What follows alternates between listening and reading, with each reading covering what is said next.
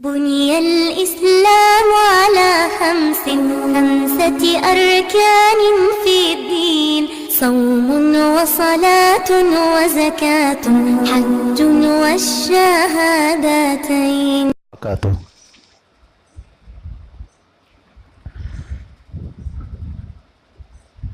الحمد لله وكفى وسلام على عباده الذين اصطفى أما بعد فأعوذ بالله من الشيطان الرجيم بسم الله الرحمن الرحيم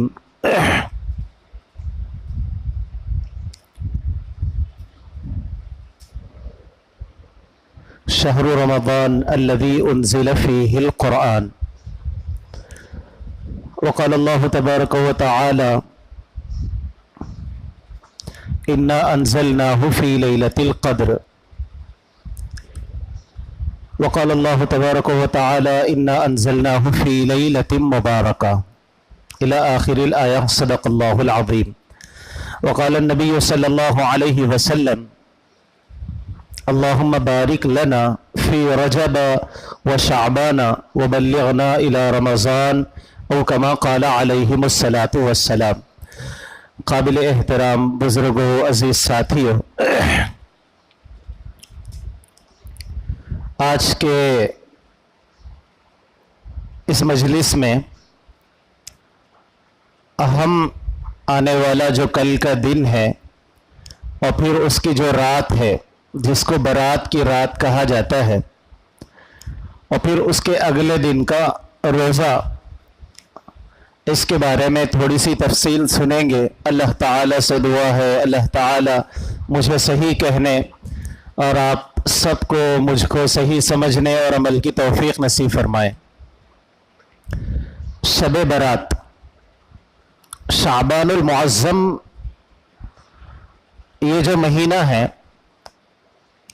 اس مہینے کا وسط یعنی نصف، درمیانی حصہ، اور 15ویں شب برات کی رات، اس بارے میں عجیب معاملہ ہے. کچھ حضرات تو ہیں جو شدت کے ساتھ اس کو بیان کرتے ہیں کہ برات کا معاملہ ایسا ایسا ہے، اور کچھ اکابر ہیں کہ جس اتنی سختی سے نہیں بلکہ بہت ساری چیزوں کا انکار بھی کرتے ہیں. من جملہ خلاصہ کلام، سرے سے اگر کیا اسلام کے اندر شب برات کی کوئی اہمیت ہے، برات کا کوئی مسئلہ ہے، یا سرے سے نہیں ہے؟ تو ایک بات تو یہ ہے کہ قرآن کریم میں وضاحت کے ساتھ کسی رات اور دن کی فضیلت آتی ہے، جیسے کہ سورہ قدر کی میں نے آیت پڑھی، انا انزلناہ فی لیلۃ القدر، جو نص سے ثابت ہے شب قدر کے تعلق سے. کہ علماء نے لکھا 10 حدیثیں شب برات کے تعلق سے ملتی ہیں، اور علماء کا یہ طریقہ کار ہوتا ہے. بہت سارے لوگ یہ کہتے ہیں کہ فضیلت کی چیزوں میں ضعیف حدیثیں بھی چل جاتی ہیں. بہرحال علمی بحث ہے، لیکن بڑے اکابر کا یہ ماننا اور بلکہ جمہور کا یہ ماننا ہے کہ چونکہ بہت ساری ضعیف حدیثیں ہی صحیح، بہت ساری حدیثیں اس رات کے متعلق ہیں، تو پھر یہ حدیث حسن تک پہنچ جاتی ہے. گویا اس رات کی فضیلت ہے جس کو جمہور مانتے ہیں کہ شب برات کی فضیلت ہے. سرے سے انکار کرنا یہ بھی غلط ہے کہ بالکل اس کی کوئی فضیلت نہیں ہے، یہ بھی غلط ہے. شب برات کی فضیلت ہے، لیکن اس رات کے اندر جو خرابیاں ہوتی ہے، ظاہر سی بات ہے جس کا تعلق اسلام سے ہے وہ تو اسلام ہے، لیکن جس کو ہم منا لیں وہ اسلام نہیں ہو سکتا. اسلام نام ہے اتباع کا، جیسا بتایا گیا ویسا کرنا، جتنا بتایا گیا اتنا کرنا ہے جس طریقے پر بتایا گیا اس طریقے پر کرنے کا نام دین ہے. چراغاں کرنا، مسجدوں کو روشن کرنا، لائٹیں لگانا، دعوتوں کا نظم کرنا، عام اعلانات کرنا کہ بھئی برات کی رات ہے، فلاں فلاں چیز فلاں عمل کیا جائے گا، اب اعلانات ہو رہے ہیں، صحیح نہیں. مسجدیں روشن کی جا رہی ہے، چاروں طرف لائٹوں سے سجایا جا رہا، صحیح نہیں. چراغیں جلائی جا رہی ہیں، صحیح نہیں. حلوے پکائے جا رہے ہیں اور تقسیم کیے جا رہے ہیں، صحیح نہیں. بڑوں کے نام پر عید منائی جا رہی ہے، بڑے بڑے بہونوں پر جو ہے کھانے تیار ہو رہے ہیں، بریانی بن رہی ہے، اور پتہ نہیں کیسی کیسی چیزیں کہ ہمارے دادا حضرت کو فلاں چیز پسند تھی اس لیے ہم اس کو تقسیم کر رہے ہیں، صحیح نہیں. 2-4 دن میں کئی فون آئے جن میں یہ مسائل پوچھے گئے کہ مولانا یہ بڑوں کی عید کا کیا مسئلہ ہے، گھر میں بتا رہے ہیں ایسا کرنا ہے. بڑوں کی عید کا کوئی مسئلہ نہیں میرے بھائیوں. جو بڑے گھر میں زندہ ہیں آپ ان کا احترام کریں، ان کی عزت کریں، ان کی خدمت کریں. جو دنیا سے گزر گیا اس کو کوئی کھانا پسند تھا، اس کو کوئی سالن پسند تھا، یہ آپ لوگوں میں تقسیم کریں، ذہن اس کو بھی قبول نہیں کرتا. گھر میں والد زندہ ہیں، ان کو کیا پسند ہے آپ انہیں کھلائیے سال بھر. ماں کو کیا پسند ہے ان کو کھلائیے سال بھر. دادا کو کیا پسند تھا کبھی دیکھے بھی نہیں دادا کو، اور پتہ چلا کھچڑی دادا کو پسند تھی تو بڑے بہونے میں کھچڑی تقسیم ہو رہی. کیا فائدہ ہے دادا کو اس سے؟ وہ تو اللہ کو پیارے ہو گئے. ہم یہاں کھچڑی تقسیم کر رہے ہیں، ہم مزے اڑا رہے ہیں، ہم کھا رہے ہیں، لوگوں کو کھلا رہے ہیں. دادا کو کیا ملا اس میں؟ نانا کو اس میں کیا ملا؟ سمجھ میں آیا بڑوں کی عید کا کوئی مسئلہ اسلام سے نہیں ہے، اور رہی بات اسلام کا اس سے کوئی تعلق ہی نہیں ہے. تو یہ بڑوں کی عید، حلوے کا تصور میں اس کے اوپر روشنی ڈالتا، پر ہمارا وقت بالکل مختصر ہوتا ہے. ایک بات میں بات اس کو مکمل کر دوں، اس کا اسلام سے کوئی تعلق نہیں. اچھا یہ باتیں ہمیں معلوم ہو گئی، تو کیا اس رات کی کوئی فضیلت ہے؟ تو میں نے جیسے کہ بتایا بہت، لیکن اس رات کی فضیلت کے تعلق سے ہے تو یہ سمجھ میں آیا کہ اس رات کی فضیلت ہے. گرچہ آپ کو کہیں سننے میں آئے کہ اس رات کی کوئی فضیلت نہیں، ٹھیک ہے، پر چونکہ بہت ساری حدیثیں مل کر ہمارے سامنے آتی ہے تو جمہور کا یہ مذہب ہے کہ اس رات کی فضیلت ہے. جب رات کی فضیلت ہے تو پھر کرنا کیا ہے؟ نہیں کرنے کے کام میں نے آپ کو بتائے، اور بھی بہت سے کام ہیں. مثال کے طور پر نمازوں کا اہتمام کرنا، جماعت کے ساتھ نماز کا پڑھنا. تو بھائیوں آپ کو واضح الفاظ میں بتاؤں، میرے نبی نے صلی اللہ علیہ وسلم فرض نماز جماعت سے پڑھی ہے. اس کے علاوہ چند نمازیں ہیں، عید کی نماز ہے، عیدین کی نماز ہے، نماز جنازہ کو جماعت سے ہمیں پڑھنے کا حکم ہے، صلاۃ الکسوف اور خسوف ہے، نماز استسقاء ہے جو بارش کے نہ ہونے کے موقع پر، سورج گرہن اور چاند گرہن کے موقع پر جو نماز کسوف اور خسوف کہتے ہیں. ان نمازوں کا تو ہمیں احادیث میں ثبوت ملتا ہے کہ اس کو جماعت کے ساتھ پڑھنا ہے.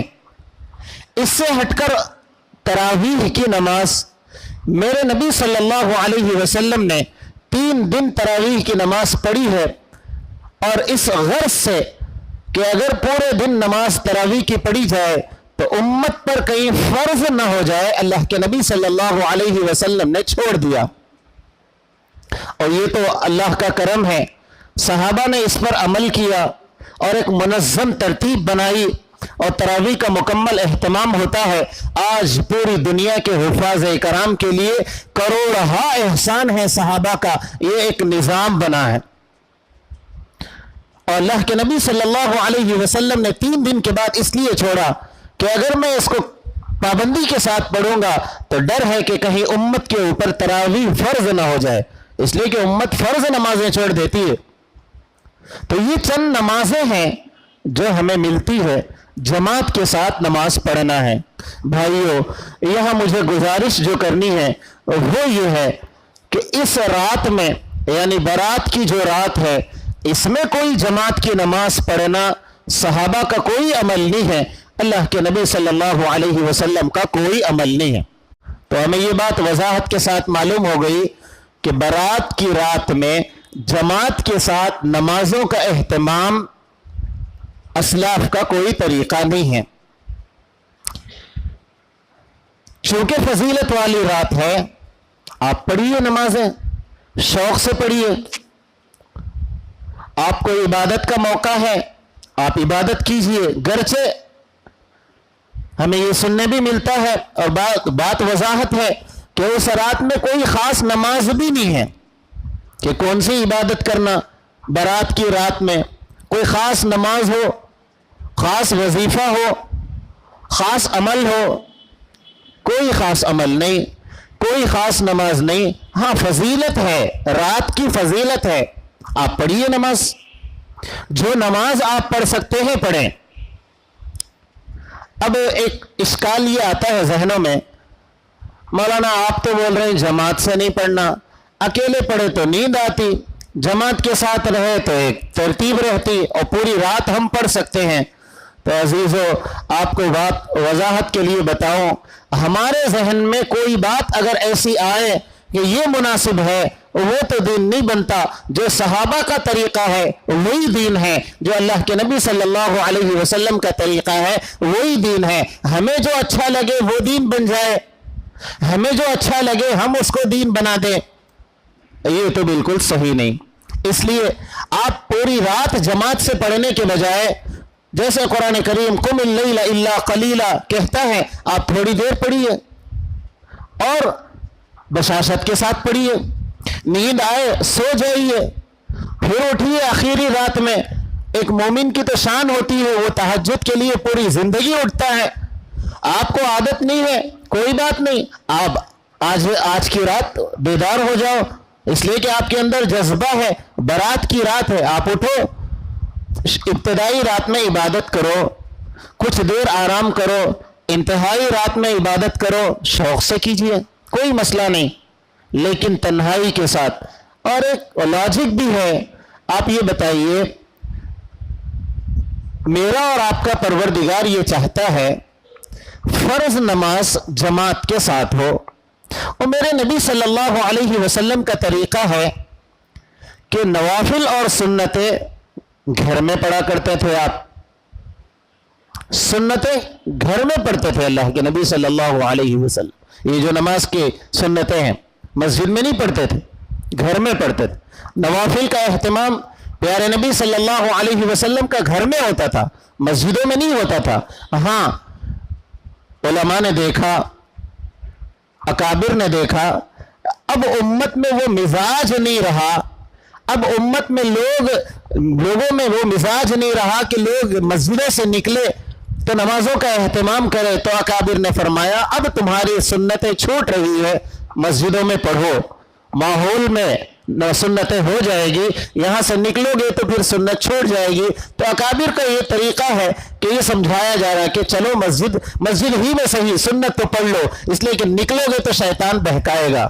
وہ نبی تھے، وہ صحابہ تھے، تم نہیں پڑھ سکتے تو پھر مسجد ہی میں پڑھ لو۔ اگر اہتمام ہے شوق سے گھر میں پڑھیے، سنتوں کو ادا کیجیے۔